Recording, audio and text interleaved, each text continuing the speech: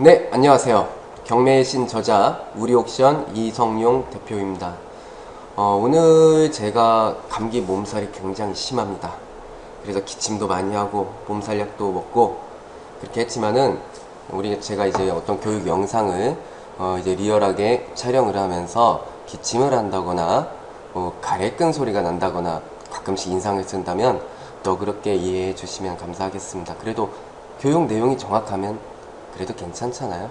이해해 주실 거라 믿고, 오늘의 주제는 다가구 건물에 투자를 할 때, 경매 투자를 할 때 우리가 반드시 놓쳐서는 안 되는, 그리고 여러분들이 간과하게 되는 것, 중요한 거 한 가지를 말씀드리도록 하겠습니다. 우리가 다가구 주택을 투자할 때 어떤 목적으로 보통 투자를 하나요? 첫 번째 주목적, 임대 수익이죠.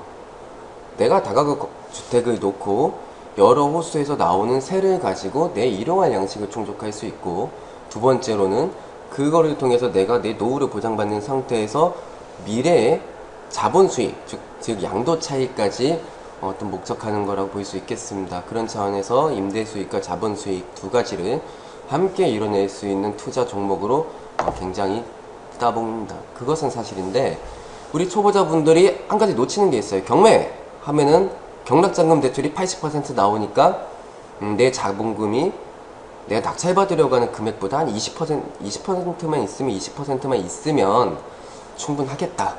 자, 그런 결론을 짓고서 투자를 하는데, 일반적인 아파트나 빌라, 그리고 일반적인 어떤 상가 한 호수라고 하면은 크게 관계가 없어요. 자, 그런데 다가구라고 하면은 대출에 있어서 문제가 생길 수 있다는 겁니다. 지금부터 한번 볼까요? 자, 화면 한번 봐보세요. 마우스를 봐보시고요. 자, 이 다가구 주택입니다. 이 다가구 주택을 만약에 3억 3천에 낙찰을 받았어요. 근데 낙찰가의 80% 대출을 받으면 2억 6,400만 원이 대출로 나오기 때문에 난 나머지 현금만 있으면은 이 자산을 낙찰받아서 내가 활용을 할 수 있단 말이죠. 그런데 과연 대출이 이렇게 나올까? 나올 거라고 생각하십니까? 주택임대차 보호법에 대한 어느 정도 이해가 있으신 분들이라고 하면은 안 나올 것이라고 얘기를 할 겁니다. 하지만 초보자분들이 대부분 나올 거라고 잘못된 이제 어떤 판단하에 낙찰을 받고 잔금을 못 내서 입찰 보증금 몰수를 당하는 경우를 저는 수없이 봅니다. 자, 왜 그럴까요? 자, 주택임대차 보호법에는 소액 임차인을 보호하기 위한 최우선 변제 제도, 소액 보증금을 최우선으로 배당해주는 제도가 있습니다. 지역마다 금액이 틀리는데 이번에는 개정판으로 이 서울특별시 같은 경우에는 3,200만 원까지 범위 안에서 소액 임차인의 보증금을 제1순위로 경매가 넘어갔을 때 임차인에게 배당을 해줍니다. 자, 그렇게 되면은 은행에서 이 다가구 주택을 낙찰을 받았습니다. 그러면 정상적이라면 낙찰가의 80%가 대출로 나와야 하는데 2억 6,400이 나오지는 않고 굉장히 낮은 금액이 나왔어요. 황당하게도. 왜 그럴까요? 자, 방 개수를 봐보세요. 하나 색칠을 해드려야 되겠다. 한번 볼게요.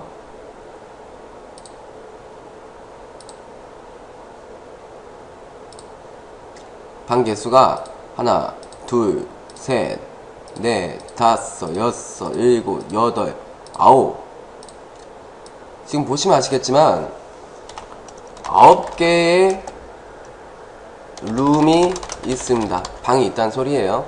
그러면은 자, 은행이 이 다가구 물건 9개의 룸으로 이루어진 다가구 건물을 경락잔금 대출을 해주려고 할 때 이 9개에 대해서 9개의 임차인은 나중에 경매가 넘어갔을 때 내가 은행에 돈을 빌려준 날짜와 상관없이 은행이 1순위라 하더라도 이 9개의 임차인의 소액 임차인 최우선 변제 금액을 1순위로 먼저 배당을 해주고 나서 남는 잉여에 대해서 은행한테 돈을 배당해 주겠죠. 그럼 만약에 내가 이 은행이라고 한번 두고 보자고요. 내가 은행이라고 하면은 이 9개의 임차인들의 소액 임차인 최우선 변제 금액만큼을 빼고 대출을 해줄까요? 아니면 그냥 해줄까요? 여러분들이 은행이라면 어떻게 할까요? 당연히 빼게 해주겠죠. 자, 그렇게 되니까 어떻게 되냐면은 대출 금액이 이렇게 되는 겁니다. 9개 곱하기 여기가 서울특별시라고 해볼게요. 9개의 룸이 있고요. 서울특별시라고 하면 소액 임차인 최우선 변제 금액이 3,200만원입니다. 개정이 돼서요. 그러면 3,200만원 곱하기 9는 몇이 되나요? 계산해 볼게요. 아이고, 2억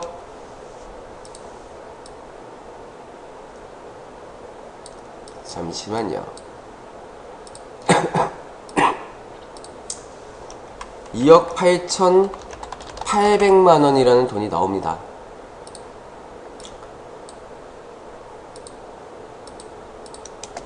오타가 났네요. 네. 그러면은 낙찰가의 80% 대출금액 2억 6,400에서 2억 8,800만원을 빼고 대출을 해줘야 된다는 소리인데, 그럼 대출이 제로겠죠. 대출이 나오지 않는다는 소리입니다. 자, 그런데 이런 방법이 있어요.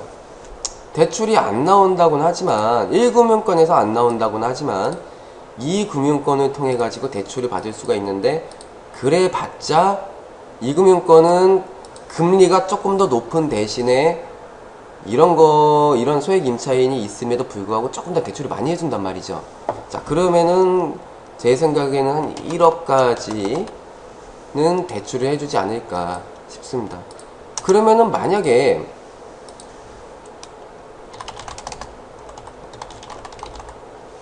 내가 20% 자본금이 전부였다고 하면은 80% 경락자금 대출로 이 물건을 소유할 수 없게 되고 입찰 보증금 모의수 당하게 된다는 소리입니다. 그래서 여러분들이 다가구 주택을 할 때는 방 개수가 몇 개인지 정확하게 파악해야 돼요. 무슨 말인지 아시겠죠? 근데 내가 어차피 낙찰을 받았다 그러면은 보증금 모의수 당할 수는 없단 말이죠. 그러면 채우를 할 수 있는 방법이 뭐냐고 하면은, 그럼에도 불구하고 2억 6,400만원 낙찰가의 80%인 금액을 대출받을 수 있는 방법이 있습니다. 어떻게? 3금융권 캐피탈을 이용하는 것이죠. 그러니까 금리가 어떻게 나온다? 막 7.2에서 연 7.9%까지 예, 금리로 대출이 나오는데, 이걸로 끝이냐? 신탁 등기합니다. 신탁회사 쪽으로 소유권이 넘어가요. 나중에 돈을 갚아야지만 등기 소유권 이전을 해준다는 소리예요. 금리는 금리대로 물고 있는데, 이 금리에 맞춰서 이자를 내려고 하면 빨리 임대를 줘야 되는데, 신탁 등기를 했을 때는 임대를 주기가 상당히 곤란합니다. 자, 그러면은 어떻게 해야 되나요? 나는 반드시 대출을 많이 받고 싶다. 그러면은 2금융권을 통해 가지고 80% 대출을 받을 수 있는 방법을 찾아야 합니다. 2금융권을 통해서. 어떻게? 빨리 내려갈게요. 봐보세요. 이런 물건이 현실적인 방법입니다. 자, 방이 몇 개인가요? 한번 볼게요. 여기는 3개의 세대로 되어 있습니다. 한 세대, 두 세대, 3세대, 3개의 세대가 살고 있으니까 총 3개의 호수가 있는 거예요. 그러면은 방공제를 한다고 볼게요. 소액 임차인 최우선 변제 금액.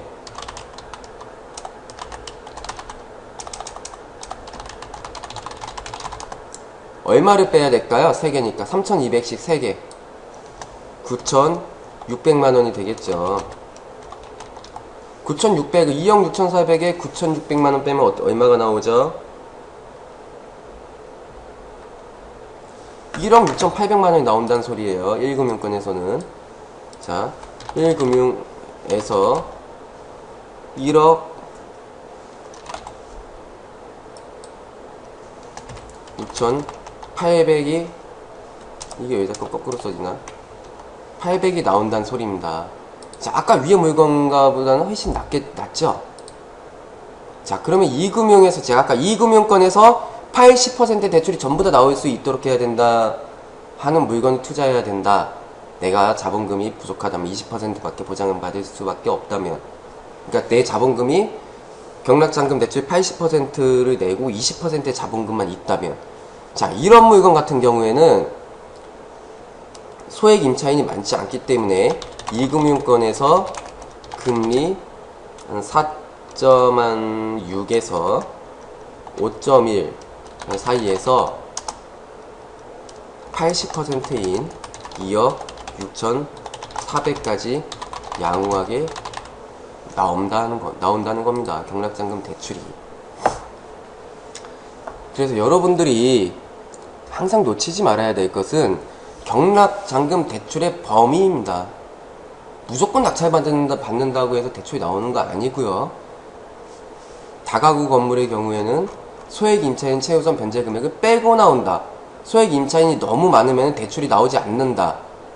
2금융권에서도 얼마 안 나오게 되고 3금융권에서 가야면은 90%까지도 나올 수 있는데 신탁 등기를 한다는 소리예요. 이쪽은 소유권을 신탁회사로 넘긴다는 소리예요. 돈 갚을 때까지. 되게 찝찝하죠. 좋은 현명한 투자가 될 수 없다는 소리입니다. 그래서 여러분들이 자본금이 부족하다고 하면은 한 3개의 호수 정도 소액 임차인 최우선 변제 금액, 반공제라고 불립니다. 일명. 그 금액을 빼고도 80%가 나올 수 있는 한 2금융권에서 이런 물건으로 찾는 것이 현실적인 대안이라고 볼 수 있습니다. 그래서 우리가 다가구 주택을 투자를 할 때는 우리가 자본금이 굉장히 많지 않는 이상은 이렇게 레버리지의 범위를 정확하게 파악을 해서 내 자산 취득을 하는 데 있어서 큰 어려움 없이, 큰 사고 없이 안전하게 낙찰을 받고 수익을 거두시길 바라겠습니다. 네, 지금까지 경매의 신 저자 우리옥산 이성용 대표였고요. 저 오늘 몸살 감기라 상태가 너무 안 좋죠? 이해해주세요. 죄송합니다. 감사합니다.